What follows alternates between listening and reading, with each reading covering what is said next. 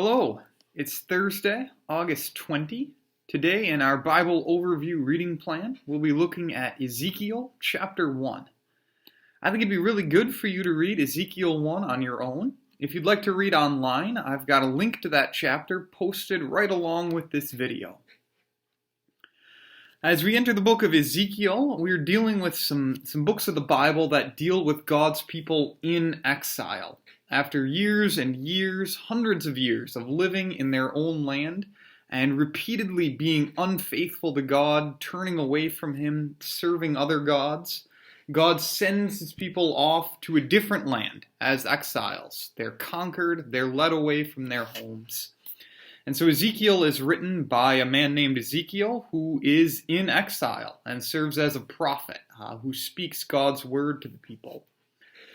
Now, the thing we do need to know in these early chapters of Ezekiel is that the exile didn't all happen at once. It happened in stages. Some of God's people were taken captive. Some time would go on, then some more of God's people would be taken captive.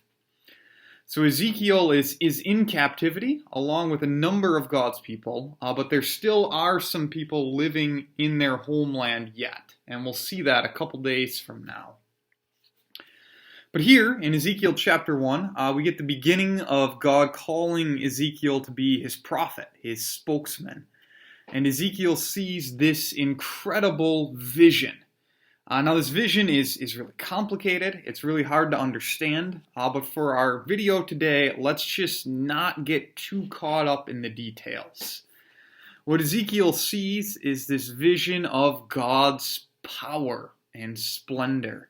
At the end of the vision, he gets this picture of a man sitting on a throne that represents God ruling over all the earth.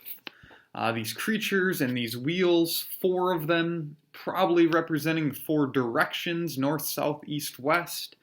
All of this stuff shows us that God has authority over the entire earth. God is king. God is Lord. He is in control. And Ezekiel is overwhelmed by God's power, God's majesty, His splendor, His glory.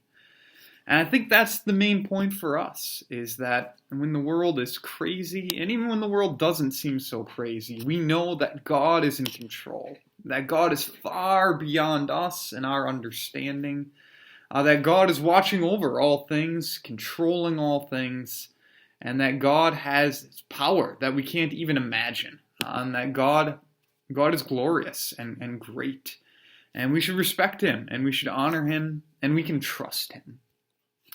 So that's my thought for today's reading. There's lots of stuff going on here, so if you'd like to raise questions or give your own thoughts, please go ahead and do so. Otherwise, thanks again for watching.